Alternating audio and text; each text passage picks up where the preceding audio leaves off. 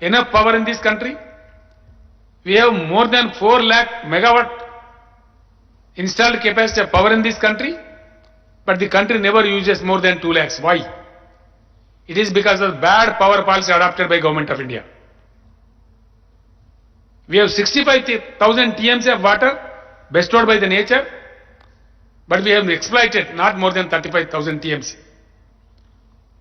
हिंदुस्तान के 40 करोड़ एकड़ जमीन जो सिंचाई के लायक है, जो खेती के लायक है, हर एकड़ को पानी दे सकते हैं हम लोग, हर एकड़ को। हिंदुस्तान को ऐसा परिवर्तन करेंगे 2 साल के अंदर जगमगाता हिंदुस्तान इस दुनिया को पेश करेंगे।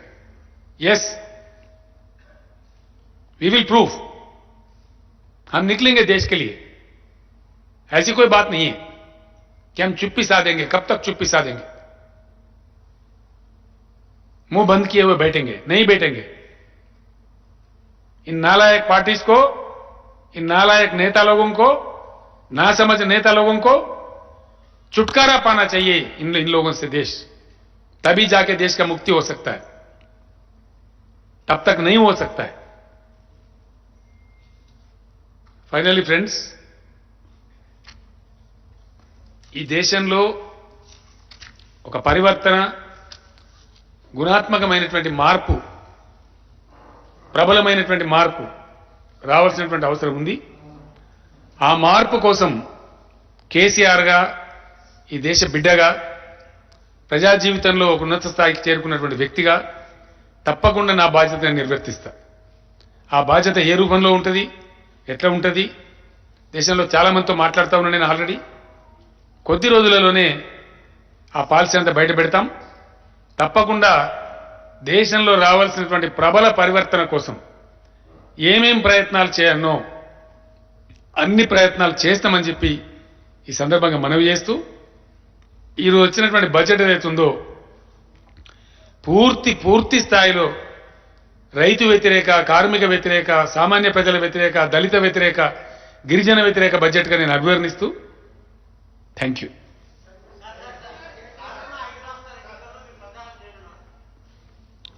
ఎందుకు మీరంతా యాంగ్జైటీ ఎందుకుంది మీకు? ఒక మాట చెప్తాను. దేశంలో ఉండేటువంటి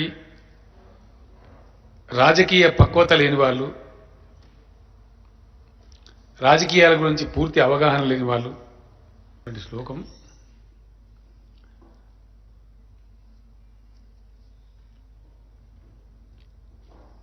దాపయిత్వా కరం ధర్మ్యం రాష్ట్రం నిత్యం యథావిధి.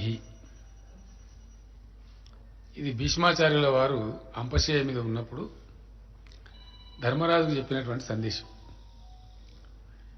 ఒక రాజ్యాన్ని రాజు ఎట్లా నడపాలా, ఎంత ధర్మనిష్టతో, ఎంత కర్తవ్యనిష్టతో నడపాలా, ఎంత గొప్పగా తీసుకొని పోవాలని చెప్పినటువంటి ధర్మ సందేశం. మనం కూడా రోజు చూస్తాం కదా, పూజలలో ఒక యాగం చేసినప్పుడు కానీ, ఒక పూజ చేసినప్పుడు కానీ, అంత అయిపోయిన తర్వాత ఒక గొప్ప క్రతువు యాగం చేసినా కూడా ఏం చేస్తారంటే, అయిపోయిన తర్వాత ఒక శాంతి మంత్రం చెప్తారు, క్షమాపణ మంత్రం చెప్తారు.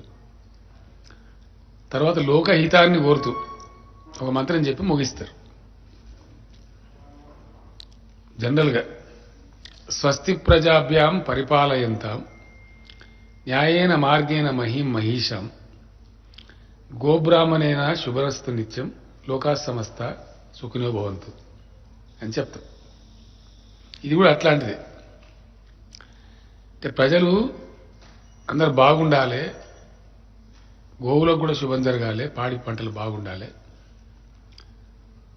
న్యాయ మార్గంలో ఈ మహిషులు పరిపాలించాలి. న్యాయేన మార్గేణ మహిం మహిషాం అంటే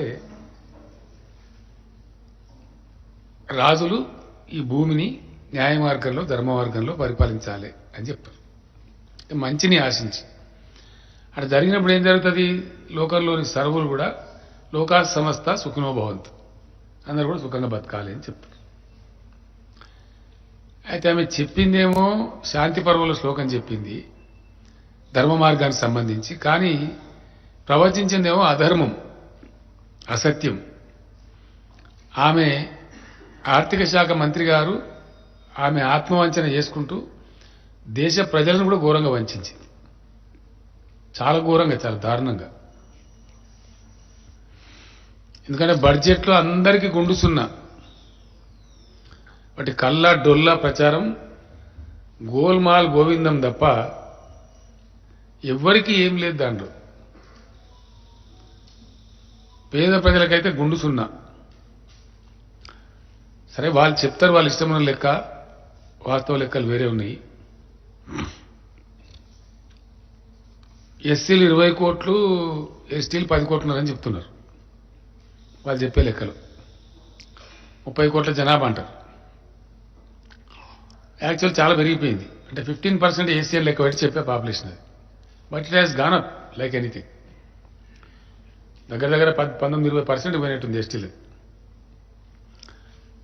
ఎస్సీలది కూడా పెరిగింది, ఎస్టీలది పెరిగింది, అది పెరిగింది. నాకుండే నాలెడ్జ్ ప్రకారం కనీసం 38-40 కోట్లు ఉంటారు. 38-40 కోట్లు ఉండే ఎస్సీ ఎస్టీలకు కలిపి వాళ్ళ సంక్షేమానికి భారత ప్రభుత్వం పెట్టిన బడ్జెట్ 12,800 కోట్లు. ఇంతకన్నా సిగ్గుసరం ఇంకోటి ఉండదు. ఇక ఇంతకన్నా దుర్మార్గమైనటువంటి దళితులు గిరిజనుల సంక్షేమం పట్ల ఈ కేంద్ర ప్రభుత్వానికి ఎంత చిత్తశుద్ధి ఉంది, ఇంతకన్నా దౌర్భాగ్యం ఇంకోటి ఉండదు. తెలంగాణలో ప్రస్తుతం మన ఎస్సీ ఎస్టీ సప్లాన్, ఒక చిన్న రాష్ట్రం మనం, మన రాష్ట్రంలో ఎస్సీ ఎస్టీ సప్లాన్ అంటే మనకి దళిత బంధు వేరే, ఇక చాలా ఉంటాయి వేరే. అవి కాకుండా 33,611 కోట్లు మొత్తం దేశ దళితులకు పెట్టిన, జనాభాకు పెట్టిన డబ్బు ఒక రాష్ట్ర బడ్జెట్ కూడా సమానం కాదు. అది గిరిజనుల పట్ల, దళితుల పట్ల బీజేపీ ప్రభుత్వానికి ఉన్నటువంటి చిత్తశుద్ధి. ఇవి ఫిగర్స్ కదా, వాళ్ళు చెప్పిన ఫిగర్స్, నేనేమి ఆరోపణ పెడతలేను. బడ్జెట్లో వాళ్ళు స్వయంగా ఇలా కేంద్ర మంత్రి గారు ప్రకటించినటువంటి, యావత్తు దేశం సాక్షిగా పార్లమెంట్ ప్రకటించినటువంటి ఫిగర్స్ నేను చెప్పేది. మావి కూడా ఫిగర్సే. 33,611 కోట్లు అనేది ఇవి ఫిగర్సే, రెండు కూడా ఫిగర్సే. ఇల్లేం స్టోరీలో వాటి మాయా మచ్చిదనం గోల్మాల్ గోవిందం కాదు, హార్డ్ ఫ్యాక్ట్స్.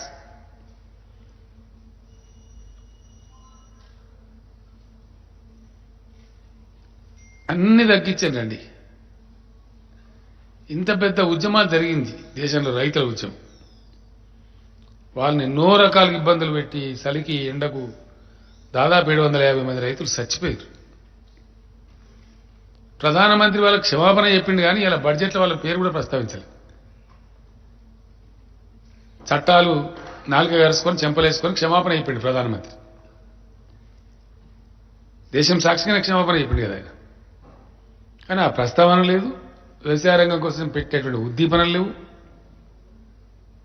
ఏం లేదంత వాటిది గుండు సున్నా. ఇంకా ప్రమాద గంట కొట్టింది. మళ్ళా ఏం చేసిండ్రు అంటే, యూరియా మీద సబ్సిడీని 12,708 కోట్లు తగ్గించిండ్రు. 12,708 crores యూరియా మీద సబ్సిడీ తగ్గించిండ్రు.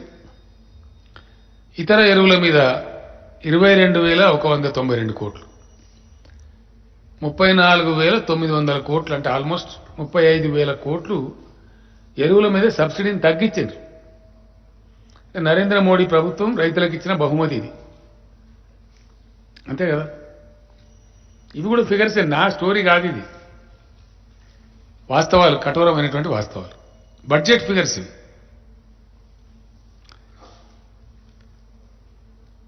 గ్రామీణ ఉపాధి, ఎంప్లాయ్మెంట్, అన్ఎంప్లాయ్మెంట్ దేశంలో బాగా పెరిగిపోయింది, ఘోరంగా ఉన్నది పరిస్థితి.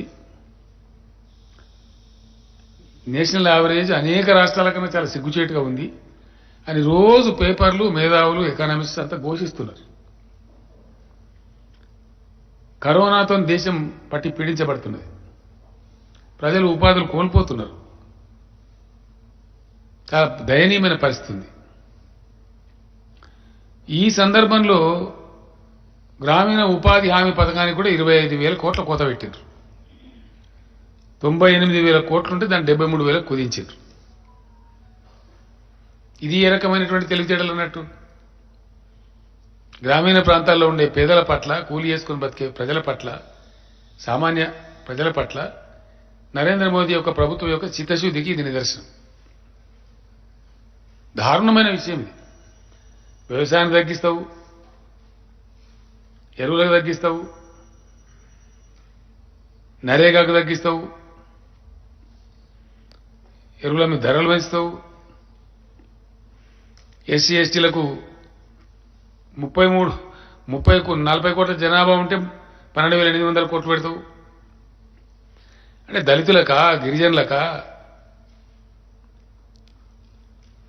మైనారిటీలకా, రైతులకా, ఎవరి కోసం ఉన్నట్టు ప్రభుత్వం నాకు అర్థం కాదు. అంటే చాలా ఘోరమైనటువంటి పరిస్థితులలో పోవడమే కాకుండా మళ్ళీ ఇంకోటి పెట్టిన కొండియాల ఈ వీళ్ళకు మెంటల్ కేసు పట్టుకున్నది పవర్ రిఫార్మ్స్ అని. అసలు ఈ ప్రభుత్వానికి మెదడు లేదు, ఇప్పుడున్న కేంద్ర ప్రభుత్వానికి. వాళ్ళు అవలంబించేది very bad power policy, very bad, the worst power policy. FRBM పరిమితులు పెడితే రాష్ట్రాలకు విద్యుత్ సంస్కరణలు అమలు చేస్తే 5%, 0.5% ఇస్తామంటారు. విద్యుత్ సంస్కరణ అంటే ఏంది? వ్యవసాయ రంగానికి ఛార్జీలు పెట్టాలి. ఇది చెప్పేదంతా మీకేమో విద్యుత్ సంస్కరణ అని చెప్పుడు. అసలు సంగతి ఏంటంటే మీటర్లు పెట్టి దంచి ముక్కు వెండి రైతుల దగ్గర కరెంటు బిల్లు వసూలు చేయమంటాడు. అసలు సంగతి అది. దానికి ఏదో అందమైన పేరు పెట్టి షుగర్ కోటెడ్ క్యాప్సూల్. చాలా తెలివి తక్కువ ప్రభుత్వం ఉంది ఇప్పుడు దేశంలో. చాలా తెలివి తక్కువ, మెదడు లేని ప్రభుత్వం ఉంది. నేను చెప్తా విషయాలన్నీ, ఫిగర్ చెప్పాలి, బడ్జెట్ కాబట్టి, సందర్భం కాబట్టి ఇవి చెప్తున్నాను. అసలు సంగతి ఇంకా ముందుకు సాగుంది నేను చెప్పేది. చాలా ఘోరమైనటువంటి పద్ధతిలో ఈ దేశాన్ని నాశనం చేస్తా ఉన్నది ప్రభుత్వం. ఎందుకు చెప్పాల్సి వస్తుంది ఈ మాట అంటే, కాంగ్రెస్ పార్టీ చాలా దారుణంగా విఫలమైంది గతంలో. వాళ్ళు ఏం చేయలేకపోయారు గొప్పగా. చేసిన పాపం ఏదో స్వతంత్రం వచ్చిన కొత్తలో కొత్త ఏదో చేసుకొచ్చాను కానీ గొప్పగా చేయలే. చేయకపోతే ఈ సిపాయి ఇచ్చండి నరేంద్ర మోడీ గుజరాత్లో ఏందో పెద్ద పొడి చేసినట్టు 4 బొమ్మలు దొంగ సోషల్ మీడియాలా దొంగ సోషల్ మీడియా ఒకటి పెట్టారు ఇక్కడ. పూర్తి అధర్మమైనటువంటి పచ్చి అబద్ధాలు చెప్పేటువంటి, ఒకే అబద్ధాన్ని 1000 సార్లు చెప్పేటువంటి, ఇతరులను కించపరిచేటువంటి ఒక దిక్కుమాలినటువంటి దరిద్రం కూడా సోషల్ మీడియా ఉంది. అట్లాంటి దొంగ ప్రచారాలతోని గుజరాత్ మోడల్ ఓ తలా తోకలేనటువంటి పేదలను పూర్తి హీనంగా చూసేటువంటి దిక్కుమాలిన మోడల్ అది. ఎందుకు పనికొచ్చే మోడల్ కాదు అది. ఊపర్ పరేష్ షేర్వాని అందరు పరేషాని మోడల్ గుజరాత్ మోడల్ అంటే. పైన పటారం, లోన లోటారం అన్నీ ఉన్నాయి. అవన్నీ ఫిగర్స్ నేను చెప్పేది కూడా, ఊరికి ఆరోపణ చెప్తలేదు. ఆ గుజరాత్ మోడల్ ఏదో పెడతాము అంటే ఈయనేదో పొడుతాడు ఉద్ధరిస్తాడని చెప్పి నమ్మి ప్రజల పాపం కొంత ఓటేశారు. ఇప్పుడు 8 ఏళ్ళు గడిచిపోయింది. ఈయన బండారం బయటపడ్డది. ఇవాళ ప్రవేశపెట్టిన బడ్జెట్ 8th ఇయర్ బడ్జెట్, 8వ సంవత్సరం. అంటే నరేంద్ర మోడీ గారికి, ఆయన బృందానికి, బీజేపీ పార్టీకి ఉన్న తెలివేందో, దేశం యొక్క అభ్యుదయం కోసం వీళ్ళ పందా ఏందో స్పష్టంగా బయటపడిపోయింది. వీళ్ళకి మ్యాండేట్ వచ్చింది 10 ఏళ్ళకి కదా, 5 ఏళ్ళకి ఒకసారి, 5 ఏళ్ళకి ఒకసారి. 10 ఏళ్ళలో 8వ సంవత్సరం బడ్జెట్. ఇంకేం పడింది? 80% టైం బాయ్. 80% టైం గడిపినటువంటి నరేంద్ర మోడీ ప్రభుత్వం ఇవాళ పెట్టినటువంటి బడ్జెట్ ఇంత దిక్కుమాలినతనంగా ఉంది, ఇంత దరిద్రంగా. రైతులకు మొండి చేయి, పేదలకు మొండి చేయి, ఎంప్లాయ్మెంట్ తగ్గిపోతుందంటే ఉపాధి హామీకి నిధులు కట్టు, అన్నిటిని మించి చాలా ఎంత భావదారిద్ర్యంతో, ఎంత షార్ట్ సైటెడ్ కుర్స ప్రభుత్వం ఉందంటే కేంద్రంలో ఇయ్యాల. ఈ దేశం యొక్క దురదృష్టం అండి. కరోనా వచ్చి దేశం అల్లకల్లోలమై అతలకుతలమైంది. సరే, ఈ ప్రభుత్వం చాలా దుర్మార్గంగా వ్యవహారం చేసింది, చాలా దరిద్రం కొట్టి వ్యవహారం చేసింది. పవిత్రమైన గంగా నదిలో శవాలు తేలేటట్టు చేసింది ఎప్పుడు తేలలే గంగానదిలో సవాల్. అంత దరిద్రం కొట్టు ప్రభుత్వం. లక్షల మంది ప్రజలకు రైలు టికెట్ కూడా ఇవ్వలే కనీసం. అంత నిర్దాక్షిణ్యంగా వ్యవహారం చేస్తే వేల కిలోమీటర్లు నడిచి వేలాది మంది చచ్చిపోయారు. పాపం నేషనల్ హైవేల మీద చచ్చిపోయారు. పిల్లా పాపలతో చచ్చిపోయారు. అంత దరిద్రం కొట్టు ప్రభుత్వం. కరోనాలో వీళ్ళు చేసిన వ్యవహారం ఎంత దరిద్రంగా ఉందో మనందరికీ తెలుసు. దేశం ప్రపంచమంతా చూసింది. నేను ఎందుకింత ఆక్రోశపడుతున్నా, ఎందుకింత బాధపడుతున్నా అంటే మనకు కూడా మిడతలు వస్తాయని చెప్పి మనము భయపడ్డాం. మన దాకా రావు. యాక్చువల్గా రాజస్థాన్, గుజరాత్ ఇంటర్నేషనల్ బార్డర్లో సెంట్రల్ ఏషియా నుంచి వస్తాయి. Central Asia, Afghanistan, via Pakistan, మన ఇండియన్ బార్డర్కి వచ్చిపోతాయి అవి. ఎప్పుడైనా కానీ మన దగ్గర దాకా రావు. కానీ పోయినసారి విచిత్రంగా అవి హర్యానాలో వచ్చి, మధ్యప్రదేశ్కి వచ్చి, మహారాష్ట్రకు వచ్చి, మన విదర్భ బార్డర్ దాకా వచ్చింది. మన ఛత్తీస్గఢ్ బార్డర్ దాకా వచ్చింది. మనకు కూడా వస్తాయని భయపడి మనం అంతా సన్నద్ధమై ఫైర్ ఇంజన్లు అవన్నీ పెట్టినాం అక్కడ. ఆ సందర్భంలో ఎంటమాలజిస్టులు వచ్చిండ్రు. సెంట్రల్ గవర్నమెంట్ వాళ్ళు, మన స్టేట్ గవర్నమెంట్ వాళ్ళు. నేను వాళ్ళకి ఏం చేసినా అంటే మనం కాపాడుకోవాలి కదా మన పంటలు, ఇప్పుడిప్పుడే మనం బాగుపడుతాం తెలంగాణ అని. మీరు పోయి బార్డర్ మీదనే ఉండరు నాయన అని చెప్పి వాళ్ళకు హెలికాప్టర్ స్పెషల్గా ఇచ్చి మన ఎన్టీపీసీలో సింగరేణి కాలేజ్ గెస్ట్ హౌస్ సూట్లు ఏర్పాటు చేసి వాళ్ళకి భోజనాలు ఏర్పాటు చేసి, ఆదిలాబాద్ బార్డర్ అక్కడ దగ్గర అవుతుంది కదా మహారాష్ట్ర బార్డర్, అక్కడనే పెట్టి వాళ్ళకి చాలా అన్ని వసతులు మంచిగా ఏర్పాటు చేసి వాళ్ళని చాలా గౌరవంగా చూసుకొని పెట్టినాం. సరే వాటిని వాళ్ళే చంపేసిండ్రు. ఎవరు మహారాష్ట్ర, ఛత్తీస్గఢ్, మధ్యప్రదేశ్ వాళ్ళే చంపేసిండ్రు. అదృష్టం కొద్దీ మనకు రాలేదు. మనం బచాయించాం ఆ ప్రమాదం నుంచి. తర్వాత వాడిని ఇక్కడికి వచ్చారు.